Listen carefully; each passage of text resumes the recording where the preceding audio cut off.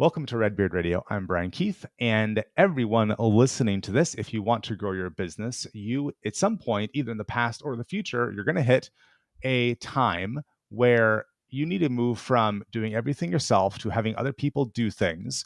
And like everyone, you're going to start off with something easy that you're going to outsource to a team, or you're going to find someone on Upwork, something like that. But at some point, you're going to take some idea that is really important that you really want to do yourself, but you have to give it to somebody else because you don't have enough hours in the day. And whether you succeed or fail on the first day, you have to hand off something important will depend in large part on the systems and the processes that you've built around that transition from being you making the important decisions to your team helping out on those important decisions. To walk you through this critical crux of your business, we have automation expert Jamie Gilleland. Jamie, welcome to Redbeard Radio. Thank you, Brian. I love it. I'm excited because everybody hits that wall. And it's so important to know what is going on instead of just hiring. I've seen so many people just say, oh, you're a Keap expert, or you're an automation expert, or you're an active campaign expert. Great, you're hired. And then they don't really know what's going on. So I love that you're helping people to understand that ahead of time so they can hire properly. Well, let's look into a common use case where people try to outsource a decision, but they don't outsource it very well. What do you think is our first mistake? Let's assume that we found someone who is a generally competent person and we've given them a task and they fail at it. Either the quality is too low or it's behind schedule or they deliver the wrong thing. How do we start in understanding what went wrong? Well, I have a personal nightmare myself that I did years ago. Typically when we hire, we're looking for certain qualities, certain skill sets, and those are easy to find. And I say that kind of with air quotes around it, because it's only as good as what the person is telling you their skill sets are. There's no guarantee or verification or validation that they have those skill sets. So years ago, when my agency was growing, I did a lot of web design work, and I was really good at selling. And then as a single entrepreneur, I would sell, and then the next month I would fulfill. So that standard roller coaster, sell 1 month, fulfill the next. And your revenue was up and down and up and down and up and down. So I decided, well, I just need web designers. That's easy enough. I'll go hire. So I did. I grew the business, went from $60,000 a year to $60,000 a month, literally 12x'd my company. And I just kept throwing bodies at it. I had 20 web designers. Nice. Turns out being a web designer wasn't the only thing that I needed them to know and understand. I needed them to know and understand what I was selling, what I was delivering, what I, as a owner of the company, felt the right way to do things was. And I hadn't set those systems up. And unfortunately, I ended up imploding at the time. So I literally stopped business for 6 months. And I personally, even though I already paid a web designer to do it, I personally went back and took care of each site, each client, to make sure they were getting what I presented, what I thought was right. So the same thing happens if you don't have your own systems in place, if you haven't done it first, or at least thought through the process, A to B to C to D, they're going to take the quick, here's how I do it, which may not be the way you want it done. And when we talk about automation, it is critical for believability and for deliverability that your voice, your message, your systems are involved, not just a mechanical robot. This is the way it's done. Well, let's take a simple task, relatively simple, and let's find out the Jamie approach to what are all the systems that you actually need. So let's say here's the task. Write a 3 email campaign in Keap for when people first opt into anything that introduces them to who I am. Let's call it a Meet Brian campaign. It's using Greg Jenkins language. What systems, besides the obvious is, well, there needs to be email content. It needs to go into Keap. What systems are we not seeing in that really simple description that we need to have locked down and really solid before this can be successful? Sure. So the first thing is the content, having your voice, your message in the content so that it's truly Meet Brian, not generic, that it's Brian's words that we're using.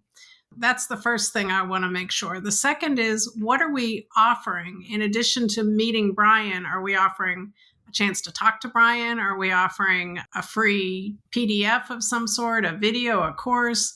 What is the action we want them to take once they meet who Brian is? And then how are we handling that action? So, for instance, if we want them to click on a video to watch a video, and once they watch that video, we don't want them to get the next email because it's telling them again to do the video. We want to make sure all of those pieces and the journey, what are the different forks in the road that they can take?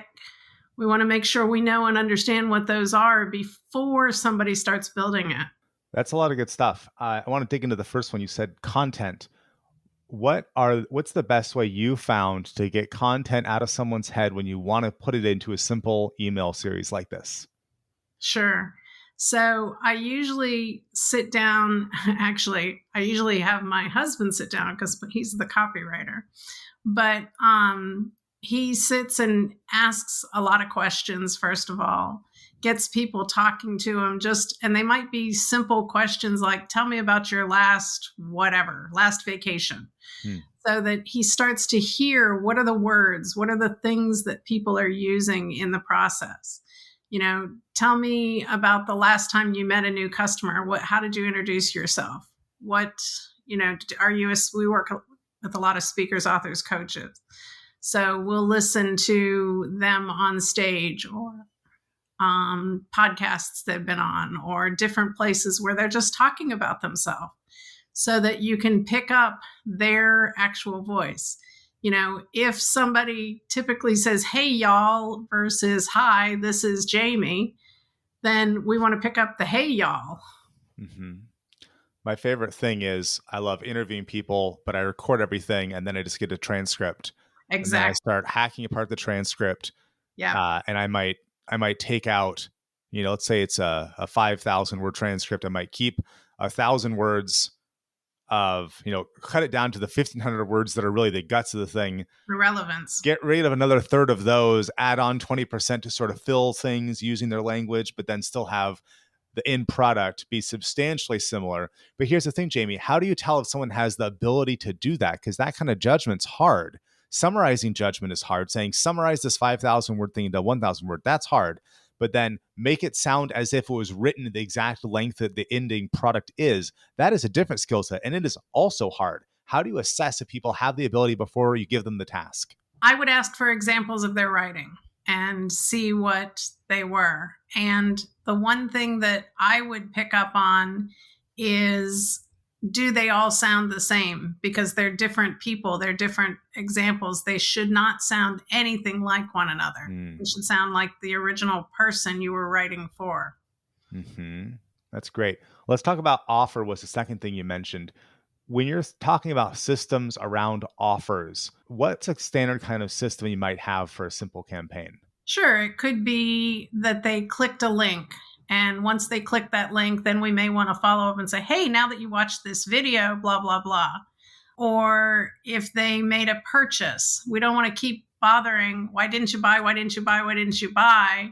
When they've already done it. There's nothing more embarrassing or infuriating for the person that actually paid you money.